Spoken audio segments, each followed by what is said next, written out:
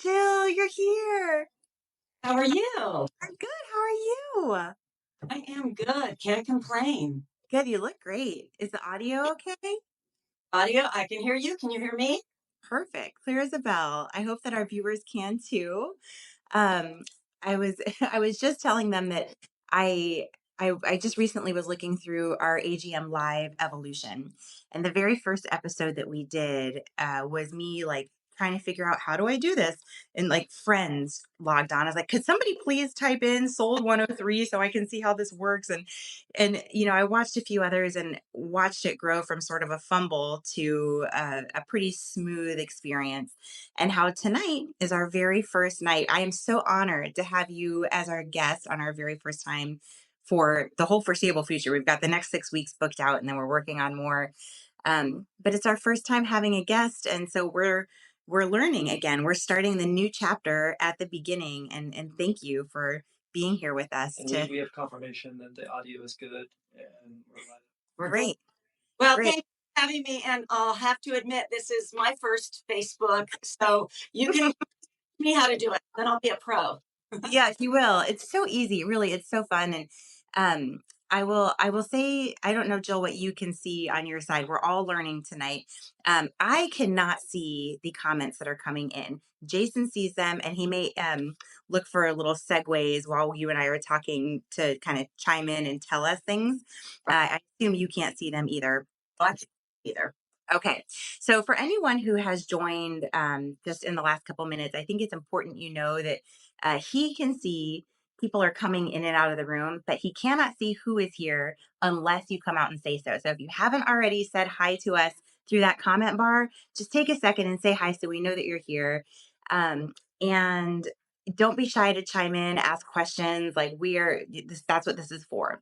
So the format for tonight will be different than what we've experienced the last couple months, in that Jill is with us, thank goodness.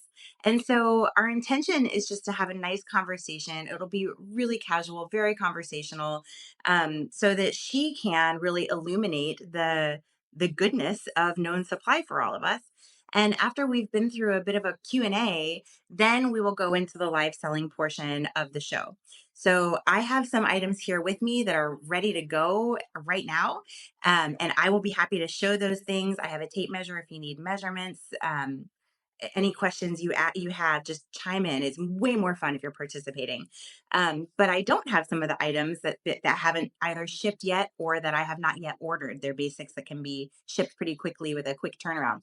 Jill has those, and she will be demoing those items and fielding your questions. So since she can't see when you guys are commenting, she'll do her best to show, and we'll just kind of say, hey, Jill, we have a question, or what. And you know what, this is our first time, so thanks everyone for bearing with us, viewers and Jill and everybody. It's gonna be a fun night. we got highs from Go with the flow.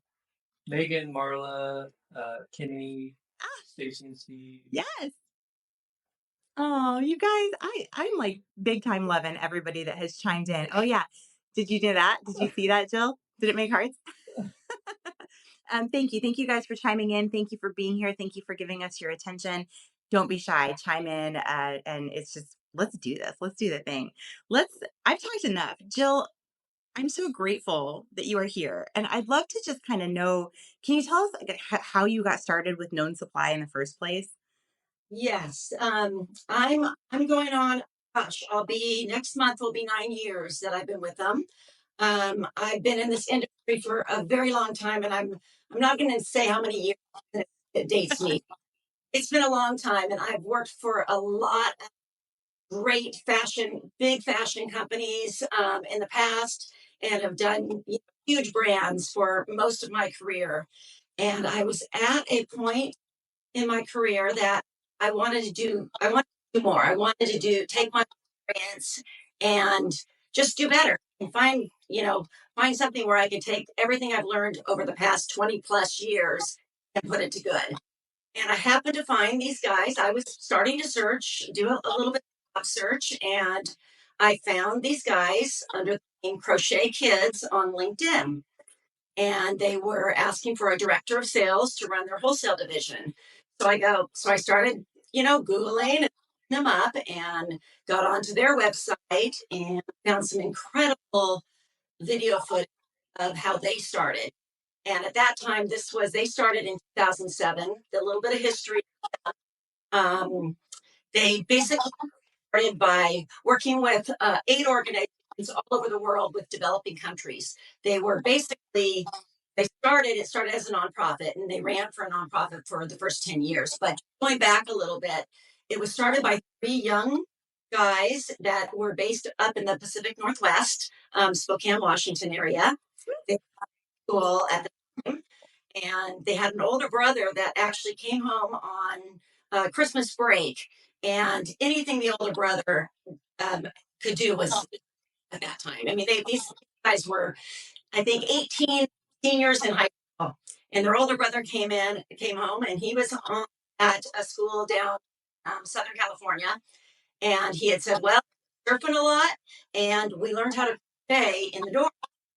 And the 3 guys said, "Crochet? What's that? We want to know. We want to learn." And these guys were like snowboarder, skater kids. And they go, "Want to learn." So the older brother crochet hats. And they said, "We're going to make funky, cool beanies for the mountain. And we're going to sell them at school and raise enough money to have a killer prom." That was their first goal. So they learned how to hand crochet. They started making hats, and it just took off, and people were buying hats, and they got dubbed by a local newspaper the Crochet Kids, the 3 of them. So that was kind of the start of their story. But as they went on, they had a killer prom. They rented I think they rented a hot air balloon for the school for their and they did a skate party for the school. They had raised enough money. But after that, they went on their ways. 2 came down to California to go to college, and one of them stayed in the Seattle area and went to Utah. And over the next years, they were super involved in giving back. They did worked with a lot, as I said, 8 organizations, and were traveling when they could during their breaks. And one of the 3 gentlemen gone to Northern Utah with an aid in working with 8 organizations, worked in a town called Gulu, which is in the very north of Uganda.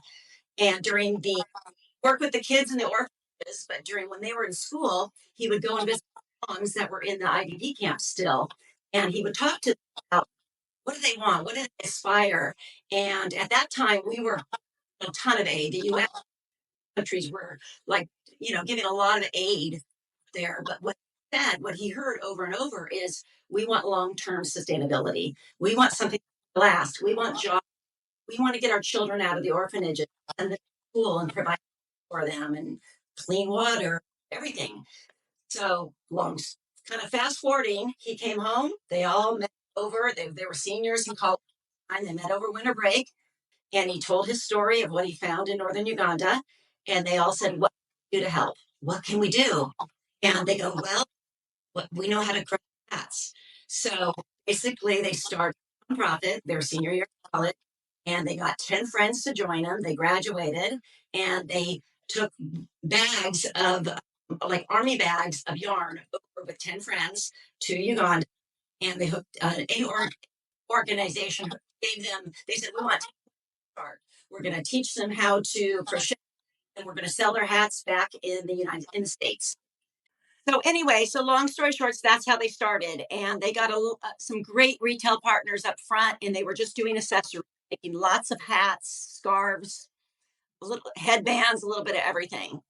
Um, Fast forward from 2007 to when I joined in 2015. They were still running as a nonprofit under the Crochet Kids label, but we wanted to scale the business. We had some great partners out there, and we wanted to start a apparel line. And it's hard to scale the business as a nonprofit, so we transitioned to a B corporation. We launched an apparel line. We rebranded under the name Known Supply and started this great 100% organic knit apparel line. Still making the accessories in Uganda. We still have that operation there. It's incredible operation. I've been able to visit there and meet with our ladies and them. And now we do apparel. We have 4 fair trade factories in India, manufacture all our apparel. everything. What's cool about the company, and we've done this since day one, it's really about it's knowing your makers from beginning to end. And that's what on the label, every single piece of clothing, and I'll show it to you later when we talk about product, is hand signed by the maker. Originally, it was hand signed, like the ladies were hand signing it. A little hard to read, like what their name was, but they did it. With technology, we've transitioned. Now it's hand signed, but then we computerize it and we put a QR code. You can actually scan it because we feature and they have their profiles on our website, and you can actually pull them up and we interview them. It's super cool. You can actually send like a thank you card. Um, I just did it today. I'm wearing your sweaters, and a very lovely woman named Deepa, I think is her name.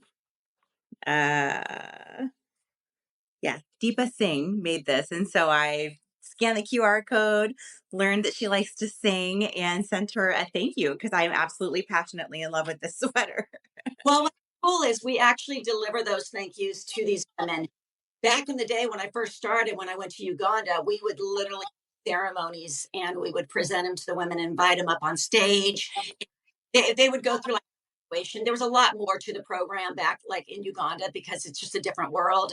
And so we had them on savings and loan programs. We sent them to school. We trained them in just life skills and all things. So we would have like graduation ceremonies and we'd hand present all the thank you notes to them to them. It was such a cool experience. That's so nice. Hey, So, Jill, can you try something for us? Can you turn down your phone a little bit just so that maybe the audio is too high potentially? If we're just, it's still a little choppy. It's getting a little better, but we just want to okay, make sure the audio is clean. I turned it down about halfway. Actually, that's a lot better. Is that better? So far, it's Haven't cut out yet. Okay. Yeah. So yeah, that's Natalie for the win. Natalie? Yeah, Natalie or Natalia? Natalia. Thanks, Natalia. Natalia. She's tech savvy. we And bet. she's a florist. Are we better now? Are we a little better? I think it is a little better. Okay. Yeah, we'll see. So Yeah. you said several things that I want to kind of go back to for just a second. Did I understand you correctly that you were there for the transition when they moved from being a nonprofit to a B Corp? Yes. That, Yes. what does it mean to be a B Corp? I'm not the pro on B Corp, so hopefully, next go around when Cole, one of the founders, can join, he can go more in depth on it. But it's really about, you have to, it's definitely about sustainability and being ethical. I mean, there's a lot of huge companies that are B corporations, but you have to be able to show that you practice sustainability, and whether that's through certifications, like for example, we're GOTS certified, which is a certain type of for organic cotton. Yeah. We're fair trade certified, meaning we only work with company, that are fair trade certified. You're providing fair wages because we own our own factory in Uganda. We're not necessarily fair trade, but because of the transparency, we can prove and show the fair wages, fair treatment to your employees. It's everything. So it's really about transparency I love for that. for all the people that you're employing and the products. Love it. I love the transparency. I love the fact that it began as a nonprofit and that the core value of giving back has stayed consistent through the entire journey and that still, there's still the beanie operation going on as part of this company that's now evolved into a really robust selection of, all different kinds of apparel, but the values have stayed the same. You're using high quality organic materials, employing people who, are really benefiting from the employment. And you touched on the fair trade certification. So everybody is, they're employed because they want to be employed. There's no slave labor, which is sadly very often not the case in the industry. And everyone's making a fair wage and in livable, safe working conditions. It is heartwarming, and it's sad that the industry has gotten to a place that that's not just the expectation.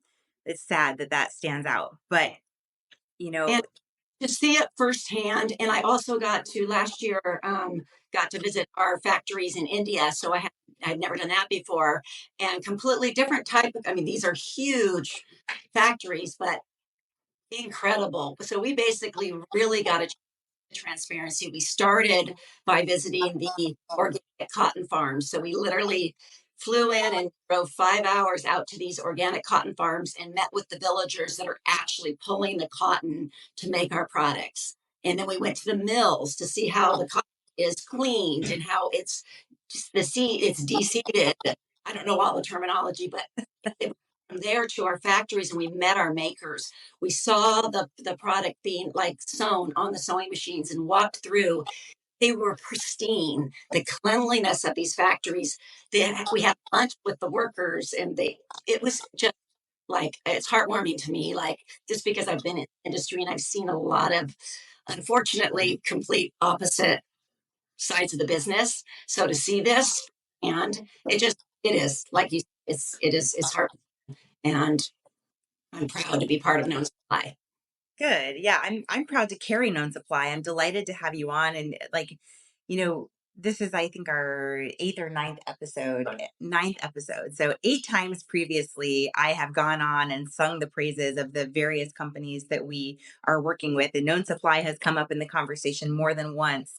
But it feels like, obviously, a big part of my goal, I want to sell clothes. Like, this is my store, and that's part of what is happening here. But the point of having the show has always been not just to sell clothes, but to unify an industry that's sort of disjointed, and to bring together the people who are doing good in the community, the thought leaders, the people who are like really taking action for an improved situation, and to be able to bring you on and have this experience finally, like we've been talking about it every episode, and to have it actually be here, and for people to hear it from somebody who isn't me, that, this is real. Like, there really are these companies that are doing these awesome things. I am not spinning stories. This is not greenwashing. Like, this is really, really cool. And it's a shame that it's not the norm, but Yeah, we're trying to make it the norm. this, You know, yeah, all about, our kind of our tag. We have a lot of taglines, but humanizing the apparel industry is one of the things we constantly say. We go back to, and even our name, the Known Supply name, comes from know your maker, know it from, you know what you're getting into, know what you're wearing. But it's really about the humanization of it all. yeah. From seed to shirt, it's, Exactly. you are there through the entire process. Every facet, that it's all coming from a place of positivity and, good intentions. And, you know without getting too wordy, I had an unusual experience this morning where I was asked to come and speak to a group of children at a private school in Indianapolis, a group of 5th through 8th grade kids, and they're taking a class. The class is called Green. It's like a green fashion class that exists in this school. Like, they are teaching it in schools now, and it's like mind-boggling to me and heartwarming, and it gives me real hope for our future because, you know I was talking to these kids, and it was like being with my people. They totally get it. I asked them questions, they gave me thoughtful answers, and you know they understand the difference between fast fashion and slow fashion. Yes. And it's unfortunate that, for the most part, we don't. People in general do not. We buy the shirt off the rack because we think it's cute. We wear it a few times and that's it. Right. But to be able to, as you've said, humanize the industry, to know every step of the way, maybe by the time it gets to us, we don't know who farmed it, but we know that you do, you Yeah. know, like, we trust that, like, the decisions along the way that are being made are in everybody's best interest. And to be able to scan this QR code and actually put a face with this beautiful woman and, like, learn about, her hobbies and her family, and, like, she's a person just like me. I think about it like, it puts more, like, I am wearing a work of art. Somebody made this. Somebody wove this material together. Somebody did the stitching, and now I get to wear it. And I have a different sense of appreciation for it. And I'm just grateful to you guys. Thank you for making it happen. We actually have men now too. Now that we're in India with the apparel line, so we have a lot Yes. of men sewers coming in, so it's a mix, which is great to Yeah. see as Yeah. well. Yep. I've seen that too. I'm going to pause for just a moment and to kind of turn to Jason. It feels like there's a flutter. Is that just because of sound issues, or are there Sounds good questions? now. Or So I think we're past that. So you can just continue. We don't have any other comments specifically. So. okay, great. Um, well, I could talk to you all day long. There's a million other questions I could ask, but I also, since you alluded, I will also allude. I was gonna not say anything, but we are we're intending to have our next interview with Known Supply be with the founder of the company. It has not been scheduled. It is not a done deal. I don't want to get anybody's hopes up, but that's the goal. And so I would love for anyone who's watching, if you haven't already been to our blog, go to the blog. There's a link there where you can see him giving a just delightful TED talk that is hard to hear because there's some hard truths in it, but there's also a lot of positivity and a lot of cause for hope. And we're looking forward to hopefully having him on down the road. And so thank you for being with us. Thank you for sharing your story. Am I missing anything? Are there things that need to be shared that I haven't already kind of that we haven't covered? Yeah, I did the short version of the whole story. Over the years, you've had to, because I go to trade shows and I'm always out there working with people and customers and stuff. And so you have to do, your 5 minute version, your 10 minute. Believe me, there is a half hour version story. I could be here all day and talk about it, but no, I think we covered the majority of like the key points of kind of the Well, history and everything. that being the case, then I vote that we start to sort of transition into kind of the second half of the show where we'll start to get into the live selling portion.